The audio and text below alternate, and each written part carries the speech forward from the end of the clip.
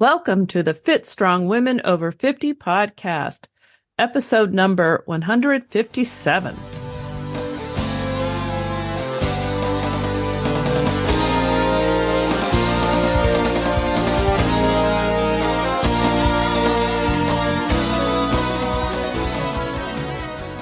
Hi, I'm Jill. Thank you for joining us. And I'm Chris. Jill and I are the hosts of this podcast and the founders of the Becoming Ellie community. In case you're wondering, we decided to name our community Becoming Ellie because Ellie was the Norse goddess of aging who beat Thor in a wrestling match. Chris and I thought, we want to be like Ellie.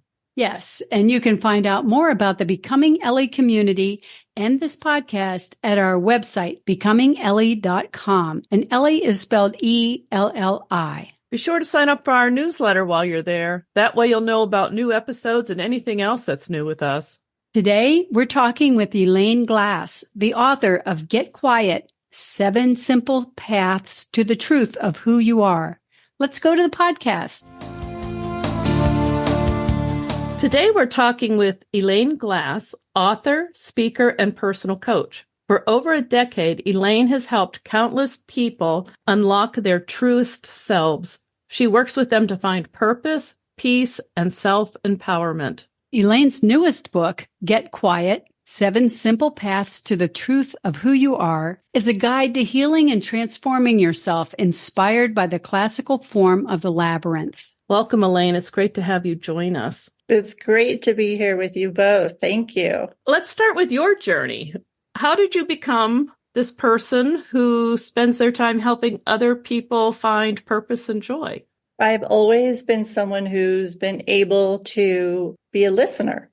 I remember on the playground at 7 years old, friends of mine would come up and just be crying and they'd tell me all their problems. And I don't know who I was being or what I was saying, but they would leave happy. And so I have always been that person. I think I'm very safe. I listen, which I think is a very uncommon characteristic these days. So my ability to be a listener is really my gift. That also brought me into healthcare because I think being a listener helps people heal. So I sat with over 40,000 patients, if you can imagine a stadium full of human beings in my dental hygiene practice for over 20 years. And I sat and listened, but I didn't only listen to the human and what they were talking about. I actually was listening to their bodies because my hands would hover over their bodies. And imagine over 40,000 people, you learn a lot about the human body. And you also learn about energy because we are made up of a frequency. And so that was really my life class, is being a dental hygienist and gathering so much information about what creates health, what creates sickness, what medications are doing to our bodies, and so on. So after that career, I wanted to take all that listening and all that information and drop the instruments and be a coach. So I became a life coach, and the rest is history. Your book is called Get Quiet, 7 Simple Paths to the Truth of Who You Are. How do we get quiet, and what happens once we get quiet? Can you talk a little bit about that? Well, particularly for me, during a time of great despair, I was married for 13 years and had 2 small children at the time. Now they're grown men, but at the time I found myself a single mother. And I wanted to get healthy as quickly as possible, mind, body, and soul for my boys. And I was working full time, living paycheck to paycheck. Oddly enough, or maybe just synchronistically beautifully placed in my hands, was a conversation I had with a guy at a coffee shop. And he said, you might find some peace at this place called the Franciscan Renewal Center, which was a retreat center right by my house. I had never been in this retreat center. One day I went there, and oh my goodness, it was so quiet. It was so peaceful. I mean, I could hear the crunch of the gravel under my feet. I could hear the birds singing.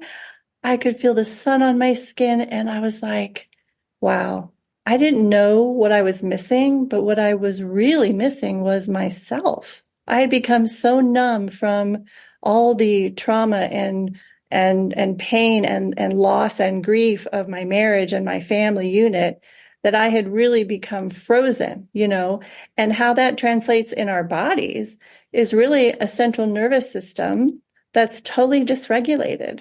So when I found this peace and quiet in this retreat center, I literally was able to feel some regulation in my central nervous system for the first time in a long time. And that's where the healing began. And what I also found at that retreat center was a labyrinth. You alluded to the labyrinth. And a labyrinth is a 4,000-year-old ancient meditative tool. Its pathways circle around one another. And the metaphor is you're this body, this human, outside the labyrinth. And once you enter this labyrinth and traverse and feel your body sway this way and that way and get to the center of this labyrinth, that's where you actually meet your own soul. That is the metaphor, because I believe we are souls having a human experience. And I believe that all suffering is because we have forgotten that. So this is a practice of the 7 paths that help you remember that you are this soul that has come in and has a message for you. So in the quiet, you actually hear this clear direction that some of us feel so lost in life. This is how you're found. So I know your book covers the different 7 paths, but maybe you could actually sort of give us a overview at least of what those are. Absolutely. So each path is a certain focus and energy point of the body. The first path kind of surprised me. I remember one day I was on the couch. I was really lost in my life. I was afraid I was screwing up my kids' lives. And I just felt like I couldn't even get off the couch.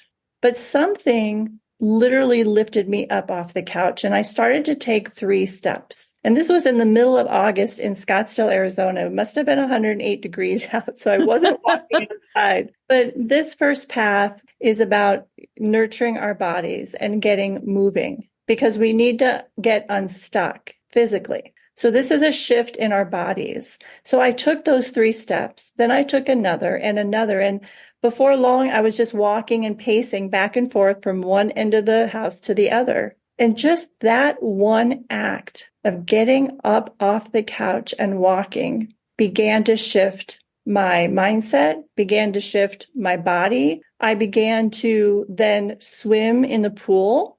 This is all about nurturing. So I wasn't doing laps. No.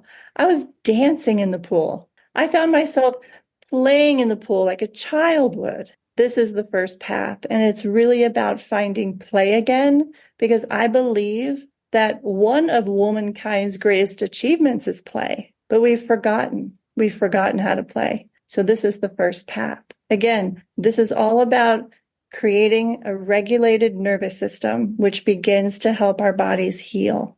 I know when I'm like riding a bicycle or out walking, particularly in nature, I feel a lot more open and free. And I don't know, playful is the right word, but sometimes I do feel more playful. So I think there is something to that movement, feeling lighter. Well, you just nailed it. The whole point is to feel lighter.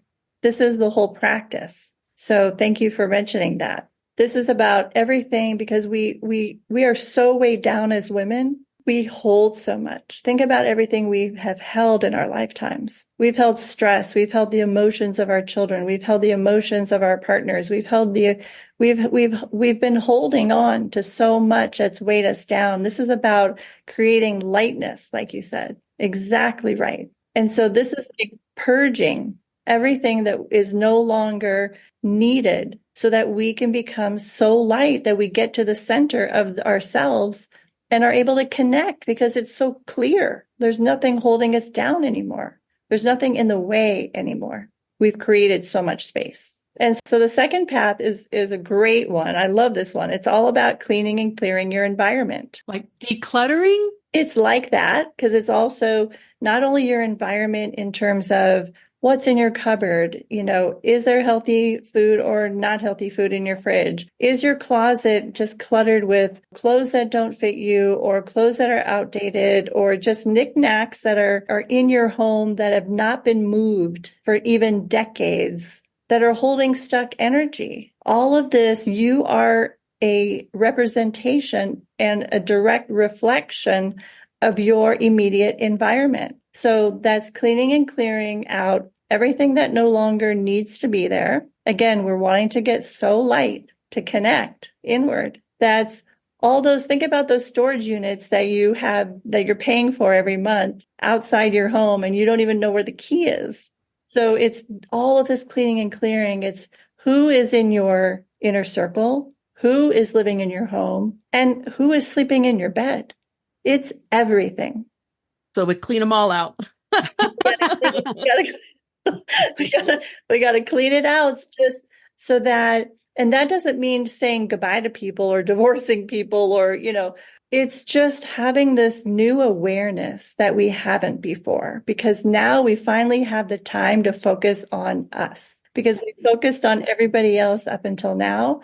And now we just have to get real and say, no more looking away at the truth of my life, because I feel like that is something we all do. But in order to get truly healthy after 50, we need to say, okay, what is the truth of my life? And I am going to focus on these. To me, there are 7 paths to do that so that I can address each path and get as healthy as I possibly can. I was thinking about what you said about clearing and cleaning and the closets and throwing away some of those clothes that I have that someday maybe I'll get back in that size or I might need that. And it is very regenerating to just get rid of some of that stuff, because all of a sudden now you have room for new things in your closet or in your life, rather than being held down by that feeling of, I used to like that. I wish it fit. It doesn't fit right anymore. That's right. And look, a lot of us are so tired that to even have to think about conquering a closet is sometimes just too much. I mean, I know that when I have thyroid issues. So I know when my thyroid is off, I feel sluggish. I know when my hormones are off, I feel sluggish. I don't even have any energy to be doing any of this. But the reason why I call them 7 simple paths is because this is not to be done over the course of a week. This is your life. This is your spiritual path we're talking about. This is, are you spiritually fit? And this is how you become spiritually fit. It's one closet, one shelf, one person at a time. And sometimes that can take a week, a month, a year. And so there's no pressure. There's no force around this type of work. This is about waking up to the truth of your life and becoming conscious and aware. That's what spirituality is. And now is the time. And now we finally do have the time to do this. But when you begin to clean and clear your life like this, you will begin to see a quickening, an energy shift, an energy input that lights you up, and you will have more energy than you ever thought possible. So this is really life-giving in terms of energy than life-taking, because I know that we have lived in a very much life-taking existence. This is the energy that will bring you life. What is the significance of using a labyrinth? You did sort of give us a description of the labyrinth, but maybe you could explain it to us. Well, the labyrinth is like a portal almost. And this is going to sound a little woo-woo, and I'm not woo-woo at all. Okay. But when I talk about the labyrinth, it will sound woo-woo, but it's so real to me and so real to the people that I've taken there, hundreds of people over the course of 12 years now. And when you enter this labyrinth, and these labyrinths can be found in hospitals or churches or on private properties or schools. And like I said before, there are these 4,000-year-old ancient meditative walking paths. They're not to confuse you. So it's not a maze. There's one way in and one way out. And so you feel very safe. But it's like the minute you enter these labyrinths, And I just happened to find this labyrinth. I mean, it was very coincidental, as I was saying, but it was a place for me to do this inner work. And you can do this inner work anywhere. You could just go outside your front door and take a walk and think about these 7 paths. You don't need a labyrinth. But if you are looking for one, you can go to labyrinthlocator.com, or in my book, Get Quiet, I do have a finger diagram that you can trace. And the way you would do that is you use your non-dominant hand to trace the paths. And this is where I had my own personal spiritual awakening. That's all I can really report, is that when I use these 7 paths and this method that I use, I got to the center one day. And it's a funny story because I had been waiting over a year and a half to get a published book. And I'd been writing my whole life, but really intently for 3 years. And I hadn't heard from the publisher, and I really wanted this particular publisher. But I hadn't heard. I had sent in 3 proposals. No word. I got to the labyrinth. In that moment, I got to the center of the labyrinth that day, and I clearly felt this spiritual awakening, this surrendering of whatever is going to happen with this book will happen, a total letting go, a total of creating space for myself.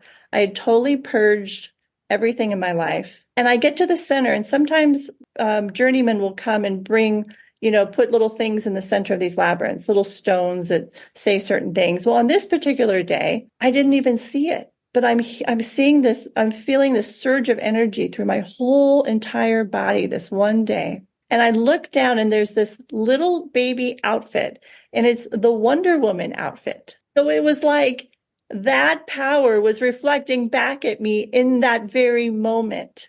I went home, and an hour later, after having waited a year and a half to hear about my book, an hour after I got home, after that experience, I got an email saying that Hay House wanted my book. Wow, that's exciting. Wow. So this is the magic that will happen when you walk these labyrinths, or when you focus on these 7 paths in your life, because like you said, this is a cleaning and clearing out now. This is not holding on to things that are weighing heavy on us anymore. We're not going to live like that. That's not how we stay healthy after 50. Our listeners are basically women either approaching 50 or older, but they're interested in living healthy lives. Can you talk to us about how you help people with aging and, people who once felt very confident either in their careers or with their family begin to lose some of that? What advice can you give to us? It will sound cliche, but in that moment that I got to the center of the story I just told you, that power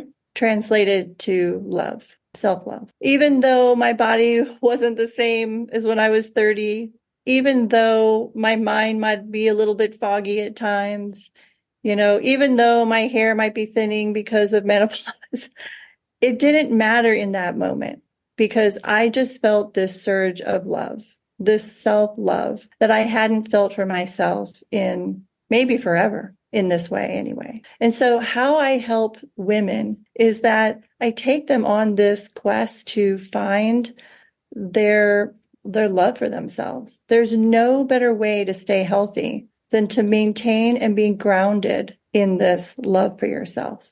And that's how I help people. And it sounds simple, and it is, because we already have the love for ourselves. It's just that it has been a bit clouded because of everything that we're holding on to. Yeah, that's pretty profound. Yeah. Movement. I'm already forgetting, so I will have to buy the book. But after we start with the purging some of our environment, what is the next path? The next path I went really deep on. And by the way, this took me over a decade to do for my own self. So that's why this book I wanted to get in the hands of as many women as possible, because this will fast track. You don't have to wait 10 years to do this. Right. But this was just my life. But it's also not something that we're going to do in a month and be done.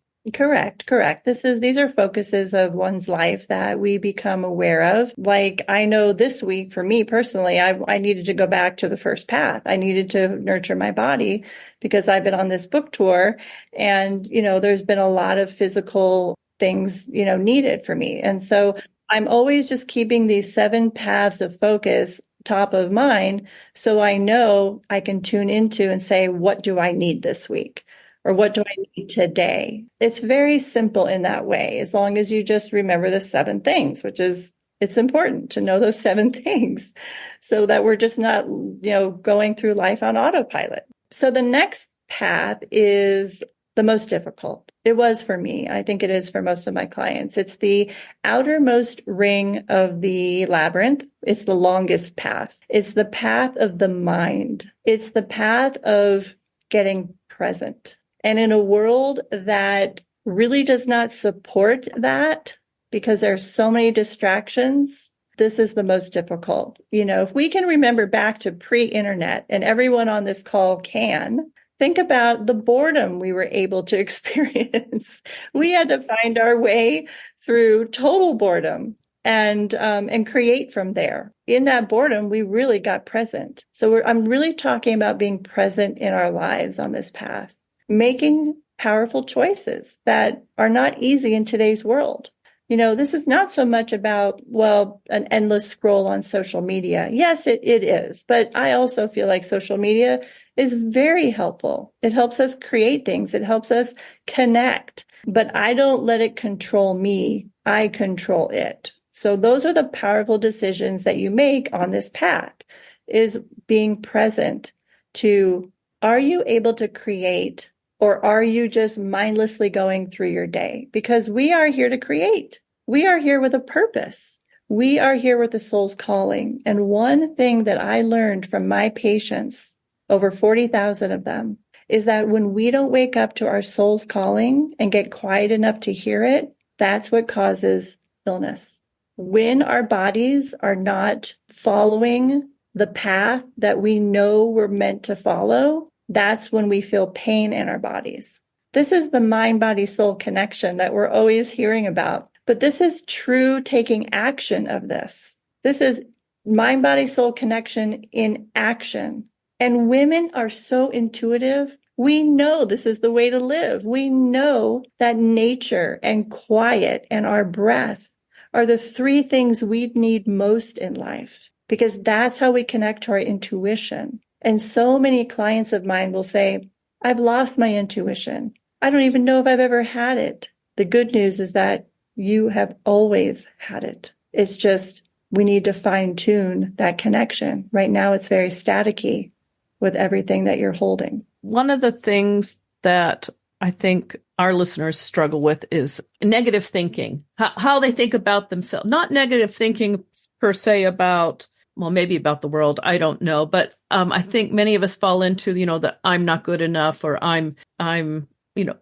Chris is great at this, but I'm not, or that kind of thing. Can you help us, give us any advice on how to sort of overcome that self-critical voice? In order to get back in control of that voice, it actually starts with taking a different type of action. Of course, thinking positively, obviously, those are those obvious choices to make. I know that what I help my clients with a lot is choosing something every month that engages them in life in a way that they're curious about. Or maybe it's something that is a little bit out of their comfort zone. Why does this help the negative thinking? Because this is what helps us get out of our heads, into our bodies, and down into the deepest part of our souls that have urges that are urging us in a very gentle way. Go here, try this, meet that person, do something different than you always have. If nothing moves, nothing changes. And so after a year that I tell my clients to do one thing different each month, and they're simple things, their lives change. And that negative thinking now becomes confidence. It becomes courageous acts. It becomes risk-taking that ends up being a whole new life of, I've seen people fall in love. I've seen people move into their dream homes. I've seen people just love themselves so deeply and share that love with others. Isn't that just enough right there? Yeah. So what kind of small things do people do each month? Just an example or. Yes. Well, gosh, there's so many. They could be for myself, I remember doing that year for myself. I still do those things. They could be going to try Qigong for the first time. I remember 1 month going and taking a Toastmasters class, which is a public speaking class that you learn how to find your voice again. I didn't know why I was called to do that, but now look at all these years later. It's come in handy.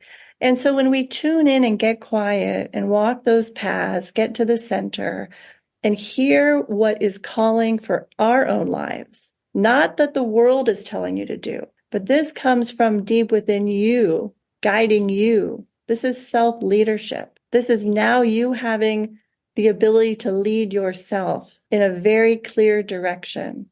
And all of those little urges are not there by accident. They are your soul saying, this is your path. This is your exact path here. So we can't look away from the things that we are curious about, because that in itself is very playful, is to be curious and to expand our imaginations for ourselves, which, by the way, is very vulnerable. And it can be very scary because that can mean change. Well, you were saying about being curious and getting out of your comfort zone. And I was thinking about the one time I had been walking the track, looking at the different machines that I never really had the courage to hop on and try, because I just thought, I don't think I could do that. And as I went around the one corner, the climbing wall at my gym opened up, where the people that do the belaying and all that, and nobody was there. And I thought, you know what? I'm going to just try it. And it's definitely outside my comfort zone. And I probably only went up, 2 feet, but I felt like I was on top of the world. I mean, it was that feeling of accomplishment on something I was really scared to do. And maybe that's kind of what you're talking about, being curious and getting out of your comfort zone. That's right. That's right. And how did you feel after those 2 feet of climbing, or more than that? Oh, yeah. It was really, I felt like patting myself on the back. Yeah. I don't know that I could do that for a whole month, though. You said each month, pick something that you're curious about. I did it once. Yeah. Well, and just to be clear, it's not that you do it for 30 days. Like I know, okay. Yeah, I know that I took a Qigong class for a week, or, I went to Toastmasters twice. Like it's not that you have to totally deep dive into each one, but just like a little taste of it. And then you say, well, I want to keep doing it, or no, let's do something else. And these are the things later in life that we finally have time to do. We are no longer caretaking for children that keep so much of our time occupied. Like this is our time now. This is our special life to live. We only have this one beautiful God-given life. And so now is the time to focus on all that we know we have the potential to be. And it shouldn't be scary. It should be such an exciting time. And there's so many times you talk about negative thoughts. So many times my clients say, I'm not good enough. I'm not smart enough. I can't do this. And they prove themselves wrong because they become able to finally understand in this quiet, in these 7 paths, that they have more potential than they ever thought they ever would ever have. But we can only find it in this quiet and walking these 7 paths. So when you get quiet, you walk through the labyrinth, and are there certain energy points on our body that we tap into to gain wisdom and power? Can you explain a little bit more about that? If you want, we can go straight into those energy paths. If your listeners have a pen and paper nearby, jot these down, because this is going to be what helps you heal and what helps you scan your body, tune into your body, and know where in your body there's some uncomfortableness, let's say. And so as women, we are so in tune to our bodies, but if we have become a little disconnected from our bodies, this is a great body scan. So the very first energy point is our abdomen. The second energy point is our heart. And as I'm going through these, if the listeners want to just put our hands on our bodies, because our hands are very healing. The third is our head. The fourth energy point are our hips. A lot of stuck energy in our iliums, which are the cups of our hips. And just to lie down, I will do this. I will teach my clients, just lie down in bed in the morning, and all you would do is put your hands on each hip, and literally just, you will feel this release of emotion right out of your hips. It's really, really sensational. The next body scan point would be the feet. After that would be the legs, particularly the kneecaps and stuck energy in each kneecap.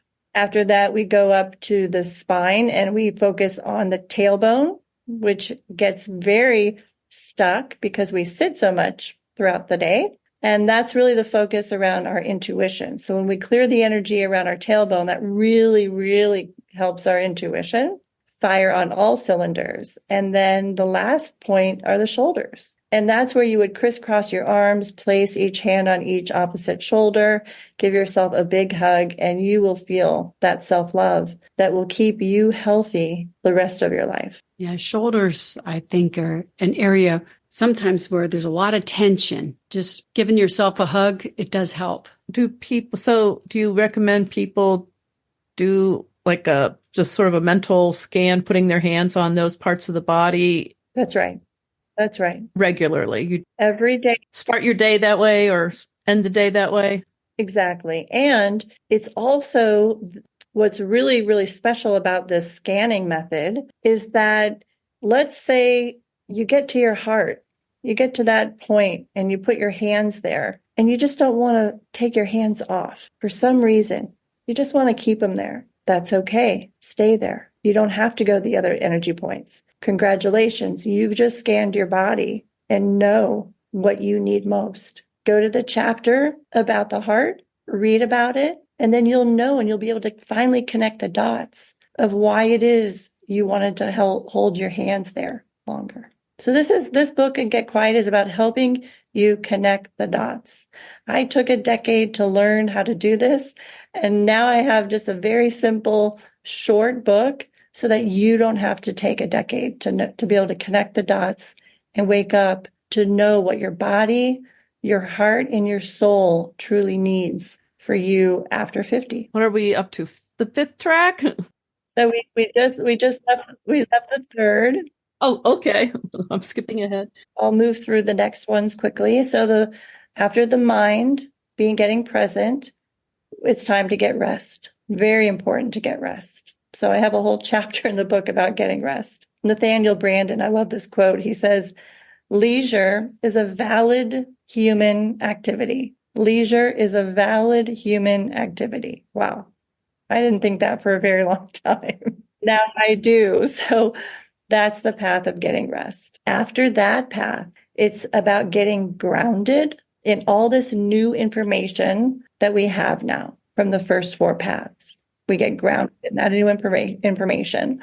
After getting grounded, the next path after that is moving our dreams forward, dreaming again. Whereas before, when we entered the labyrinth, we didn't even know what we wanted. We didn't even know what we were curious about. But now we've opened up so much space and we've let go so much heaviness that we can dream again.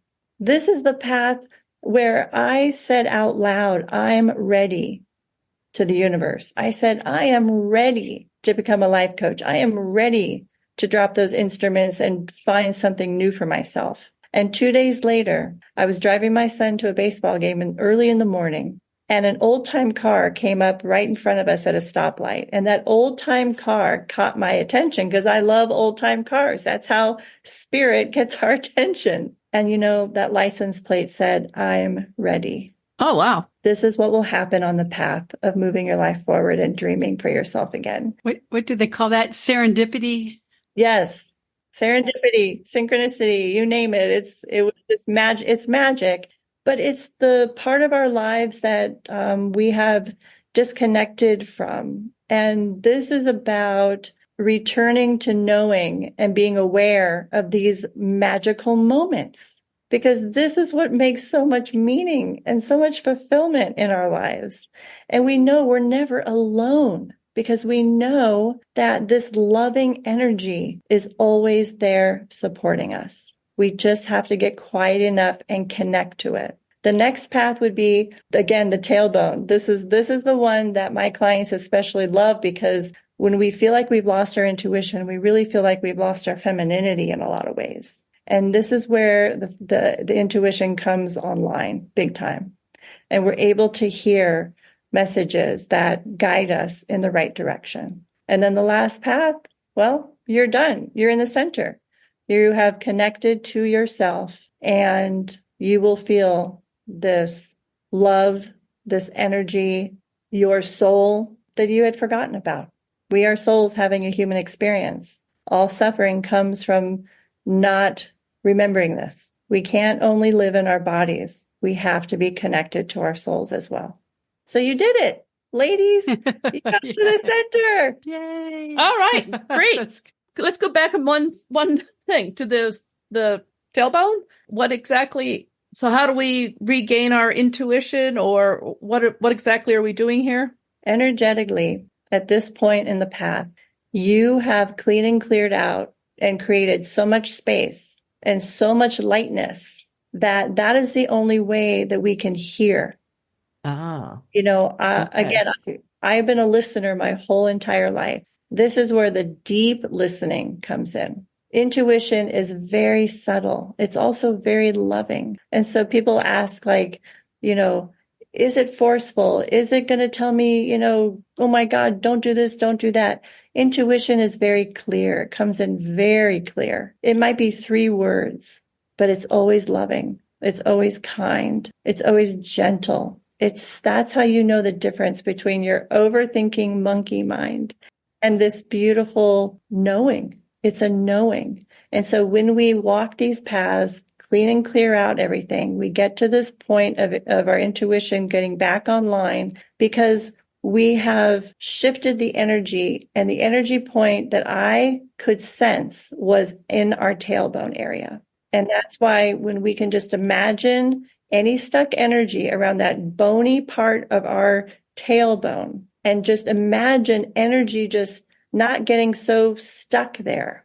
It's, again, it's very, when we're talking about energy, we're talking about very subtle things. This is not concrete, no, this is not, we're now living very differently. We are now living what I like to feel is heaven on earth, is being able to take all of that unseen, call it God, universe, soul, whatever it is you call it, and bring it into this day-to-day life. This is where the healing starts, and this is where you can get and mainly be your best self, is when you're combining your body and your soul, and those two things together. It's when those things are separate, is, like I said, that's when we suffer, and that's when we feel sick.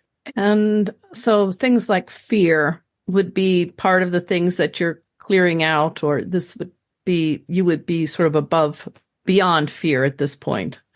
Is that, do I understand that correctly? That's a big promise. I would never say that you're not fearful. Okay. I think that fear is what keeps us alive. Well, okay, yes. Some fear is good. Some fear is good. Some fear is good.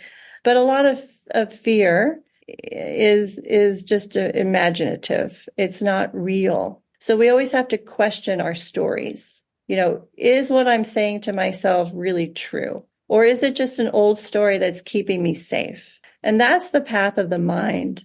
I did a lot of hypnotherapy during those years to understand what my real truths were, and what were just old stories that I just kept around that were not true. And another tool you can use is anything you're worried about right now in your life, write it down, get it out of you. Journaling to me is the best therapy. Get it out of you, write it down. I'm afraid of this. I'm afraid of that. Take that same list and look at it again in a week or a month or a year. 99% of all of those things that you just listed either never came true, or you were able to handle those things. So it's a great tool in the path of the mind to lessen the fear and get this knowing that you've got it. Again, you are never alone. You are never alone. You have the ability to lead yourself. You have the ability to know what's right for you. You can lead your own life, but you got to do a few things. And in Get Quiet, those are those 7 simple paths. Just remember those 7 paths. Keep them top of mind, and you will have a whole different life. I went from a single mom living paycheck to paycheck to now living my dream. I have a wonderful fiance who honors me and loves me. I have a wonderful book I get to share with you and the world. And above all, my children are proud of me. They're thriving. I've been a great example for them. And it's taken me a long time to get here, but I'm here. And that's what matters. You talked a little bit about nature and quiet and breathing, and it sounds a lot like meditation to me. So do you practice like walking meditation when you actually physically walk through the labyrinth? Yes, exactly. This is you can call it a walking meditation. I've been a transcendental meditator for 30 years. I learned in my 20s how to meditate, and in a traditional way, meaning sitting, quietly in a room. And that served me really well. And also there came a time in my life where I had this urge of needing to move. I needed to move my body to start to move my life forward.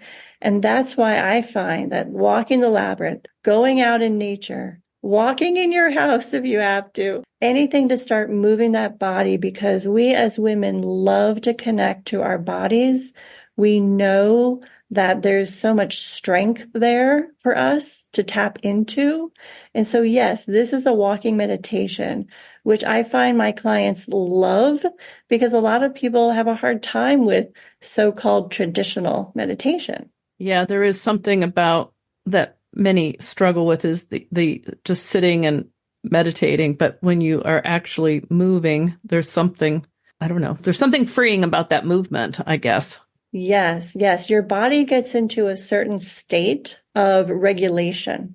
Again, it's getting back to this regulating our nervous systems so that we can get out of this fight or flight or freeze mode and get back into our bodies that feel safe. When we can feel safe in our bodies, that's when we can create magic in our lives, but only if we feel safe in our bodies. So when we achieve the center and our nervous system is regulated, what does that mean?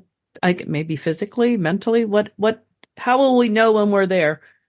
Will we know? You will feel a calm, a sense of peace. You will feel like whatever was bothering you on the outside world is no longer bothering you. It just doesn't matter anymore. And what matters is that you find your soul's calling in that center, and you realize that the only thing that matters is that you hone that craft, and that you don't look outside your life and listen to any naysayers or any negative thoughts anymore.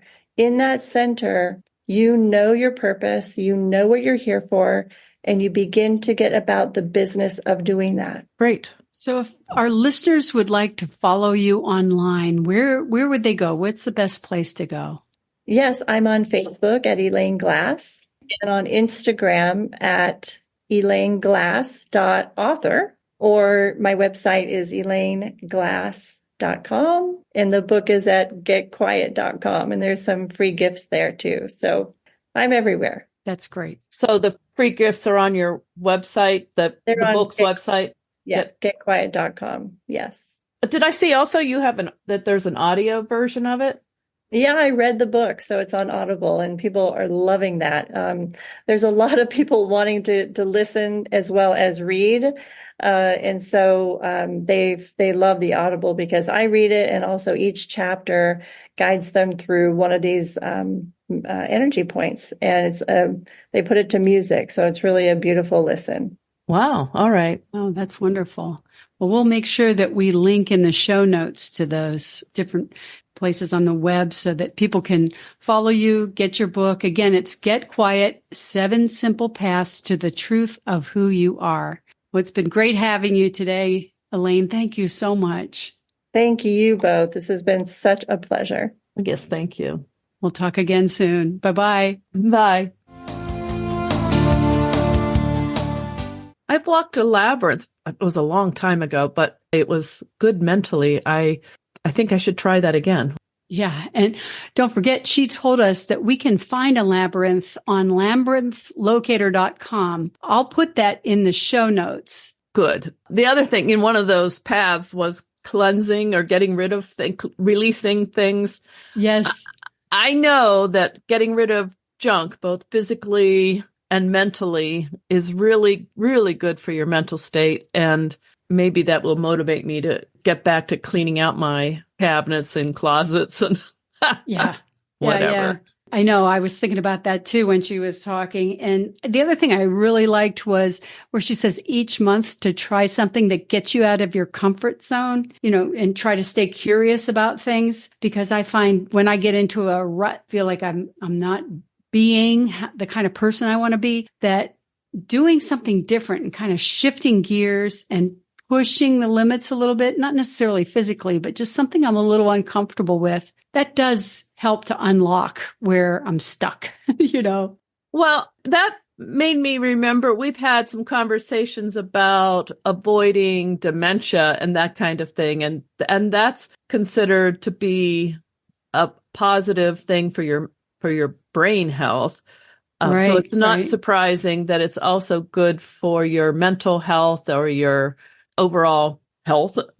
Right. Mind, body, and soul. Yeah. We talk a lot on this podcast about body, right. We get some mind in there. We get some mind, but we don't talk much about the soul. And that's definitely, so much, it sort of goes without saying, but there's a lot to desiring to want to be fit and strong and then making it happen. A lot of that is your essence, your soul. So that's kind of cool. And she did say, whatever you want to call that, if soul isn't your thing, there's other ways of looking, your essence, your true you. Well, I've been trying to do more meditating so that I'm more calm, less stressed, and to unlock the parasympathetic, is that what you call it? The parasympathetic nervous system. And one of the things I read on or listened to one of these books said, the one thing that is both your soul, your mind, and your body is breath. Because you breathe and your soul. And when you do pass away, you stop breathing and that your body's still here, but it's different when you think of it that way. But I don't know, that's maybe a little deep. So when you do yoga and when you do meditation, there is a lot of emphasis on, let's say breath. I try to do meditation. If I do 5-10 minutes, I feel like I've accomplished something because I'm more of a go, staying busy kind of person, but I know I need to slow down now and then and really get more in touch with myself. So I thought that was something that she really talked a lot about. So like walking, I don't know that I do a formal meditative walk, but I do try sometimes to walk in silence. I don't put music on. I don't listen to anything. I don't get on the phone and start talking to people as I'm walking. I mean, all of those things are easy to do, but I do at times think, let's just walk in silence and hear the birds and hear whatever. I mean, it could be the sirens a mile away or whatever, but a noticing walk. In my mind, I say, I'm just going to notice what's around me. Yes. And it is to be a little more mindful of my environment. And I don't even mean that in like a safety kind of thing, but yes, as a more mindful way of being in the world. I don't always succeed at that, but I try. And it's noticeable to me that my walks, I have a different feeling about the walk when I am trying to be more mindful. Right. That's great. I am curious about what our listeners thought about today's episode. So if you are listening, let us know what resonated with you. You can leave us a message at becomingellie.com, or you can find us as Becoming Ellie on Facebook, Instagram, X, Pinterest, YouTube, and LinkedIn. If you're on Facebook, you might want to join our private Facebook group. Good idea. It was great talking with you today, Chris. I'm looking forward to our next episode of the Fit Strong Women Over 50 podcast. I am too. See you next time. Bye-bye. Bye.